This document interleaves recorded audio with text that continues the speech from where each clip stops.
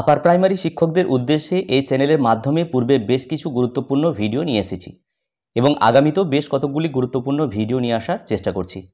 তো ভিডিওগুলো কাজে লাগলে অবশ্যই আপনারা লাইক দেবেন এবং সাবস্ক্রাইব না থাকলে ভিডিওগুলি সাবস্ক্রাইব করে তারপর দেখবেন। তো আজকের ভিডিওতে আলোচনা করব আপার প্রাইমারি শিক্ষকদের যোগদানের চূড়ান্ত অনুমোদন ডিআই অফিস থেকে যখন পাওয়া যাবে সেই অ্যাপ্রুভাল কপিতে মূলত কোন কোন পয়েন্টগুলো উল্লেখ থাকে।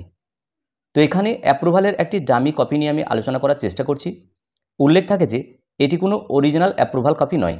মোটামুটি যে সকল পয়েন্টগুলো উল্লেখ থাকে এরকম বিভিন্ন জেলার ডিআই স্কুলের পক্ষ থেকে ইস্যু করা অ্যাপ্রুভালের পয়েন্টগুলো এক জায়গায় নিয়ে আমি এই ডামি অ্যাপ্রুভালের ফরম্যাট বানিয়েছি। তবে বিভিন্ন জেলাভিত্তিক এই ফরম্যাট কিন্তু আলাদা ধরনের হতে পারে।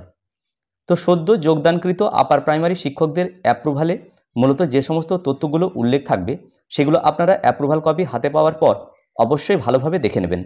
যদি কোনো ভুলভ্রান্তি থাকে তা যথাসময়ে কিন্তু ডিআই অফিসের নজরে নিয়ে আসবেন যাতে করে সেগুলো সংশোধন করানো যায়। তো এখানে অ্যাপ্রুভালের ফরম্যাটে গভর্নমেন্ট অফ ওয়েস্ট বেঙ্গল কোন জেলার ডিআই অফ স্কুলের যে ঠিকানা সেটা এখানে দেওয়া থাকবে, অর্থাৎ office of the district inspector of school, district মানে যে জেলার সেটা থাকবে, অফিস মেমোরান্ডাম এরকমভাবে থাকবে।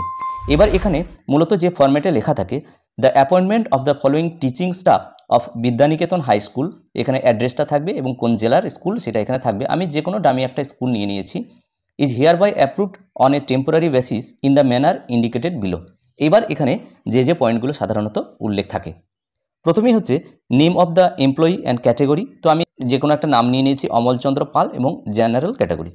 ডেট অফ বার্থ এখানে নিয়েছি 1/1/92। Qualification BSc grad with BEd. Designation assistant teacher. Date from which the appointment is approved, অর্থাৎ যে তারিখে উনি যোগদান করেছেন সেই তারিখ থেকেই কিন্তু এই অ্যাপয়েন্টমেন্টটা অ্যাপ্রুভ করা হবে সেটা এটা বলা হচ্ছে। যদিও এই ডিআই অফিস থেকে অ্যাপ্রুভাল একটু দেরিতে পাওয়া যায় লেট অ্যাপ্রুভালের জন্য, কিন্তু কোন ডেট থেকে এটা অ্যাপ্রুভ হবে সেটা হচ্ছে যোগদানের তারিখ থেকে। এখানে আমি ধরে নিয়েছি 4/12/2024 তারিখ থেকে এই অ্যাপয়েন্টমেন্টটা অ্যাপ্রুভ করা হচ্ছে। সাবজেক্ট উইথ সেকশন বলা হচ্ছে পিওর সায়েন্স এবং আপার প্রাইমারি সেকশনের জন্য এটা post. Nature of post permanent. কোন গ্রুপের জন্য এই পোস্ট? Group and section. এখানে বলা হয়েছে সায়েন্স অ্যান্ড ম্যাথ গ্রুপের জন্য এই যে পদ এটা বলা হচ্ছে এই যোগদানটা সায়েন্স অ্যান্ড ম্যাথ গ্রুপের জন্য, যেহেতু পিওর সায়েন্স সাবজেক্ট আমি এখানে দেখিয়েছি তাই এটা সায়েন্স অ্যান্ড ম্যাথ গ্রুপের জন্য প্রযোজ্য। এখানে বলা হচ্ছে person in which place appointed, অর্থাৎ কোন পদে এই যে যোগদানটা করানো হচ্ছে সেটা কোনো রিটায়ার্ড টিচারের, নাকি কেউ রেজিগনেশন দিয়েছেন, নাকি কেউ মারা গেছেন, নাকি এটা কোনো এডিশনাল পোস্ট ছিল যেটার আন্ডারে এই যোগদানটা করা হচ্ছে সেটা এখানে উল্লেখ করতে হবে। এখানে বলা হচ্ছে 100 পয়েন্ট রোস্টার অনুসারে কত নম্বর সিরিয়ালে এই পোস্টটা রয়েছে। তো আমি ধরে নিচ্ছি এটা 44তম পোস্ট, যেটা 100 পয়েন্ট রোস্টার অনুসারে রয়েছে সেটা 44তম পদ এই পিওর সায়েন্সের যে পোস্টটা এটা এখানে লেখা হয়েছে। এখানে বলা হচ্ছে স্কেল আন্ডার রোপা 2019, অর্থাৎ নতুন স্যালারি অনুসারে 2019-এর যে রোপা সেই অনুসারে যিনি যোগদান করলেন ওনার যে ইনিশিয়াল বেসিক পে কত হবে এবং কত লেভেল এবং সেলে রয়েছেন, অর্থাৎ যে স্কেল এই রোপা অনুসারে যে নতুন স্কেল সেই স্কেলের যে স্ট্রাকচারটা সেটা কী হবে সেটা এখানে লেখা হয়েছে। লেভেল 11 সেল 1, অর্থাৎ প্রথম ইনিশিয়াল যে বেসিক পে দিয়ে স্টার্ট হবে সেল নাম্বার 1 সেটা বলা হচ্ছে এবং সেটা 33,400 এটা এখানে লেখা থাকবে। এখানে বলা হচ্ছে যে এসএসসি থেকে যে রেকমেন্ডেশন লেটার অর্থাৎ সুপারিশপত্র দেওয়া হয়েছিল সেই রেকমেন্ডেশন লেটারে যে মেমো নাম্বার সেটা এখানে লিখে দেওয়া হলো। এবার অ্যাপয়েন্টমেন্ট লেটার অর্থাৎ বিদ্যানিকেতন হাই স্কুল থেকে যে অ্যাপয়েন্টমেন্ট লেটার এমসি ইস্যু করেছিল সেই যে অ্যাপয়েন্টমেন্ট লেটারের মেমো নাম্বার সেই মেমো নাম্বারটা এখানে উল্লেখ থাকবে এবং শেষে এখানে যদি কন্ডিশন কিছু থাকে সেটা লেখা থাকবে। তো সাধারণত প্রফেশনালি অ্যাপ্রুভ ফর 2 ইয়ার্স এটা এখানে উল্লেখ থাকবে, অর্থাৎ 2 বছরের জন্য এটা প্রফেশনালি অ্যাপ্রুভ করা হচ্ছে, অনুমোদন দেওয়া হচ্ছে।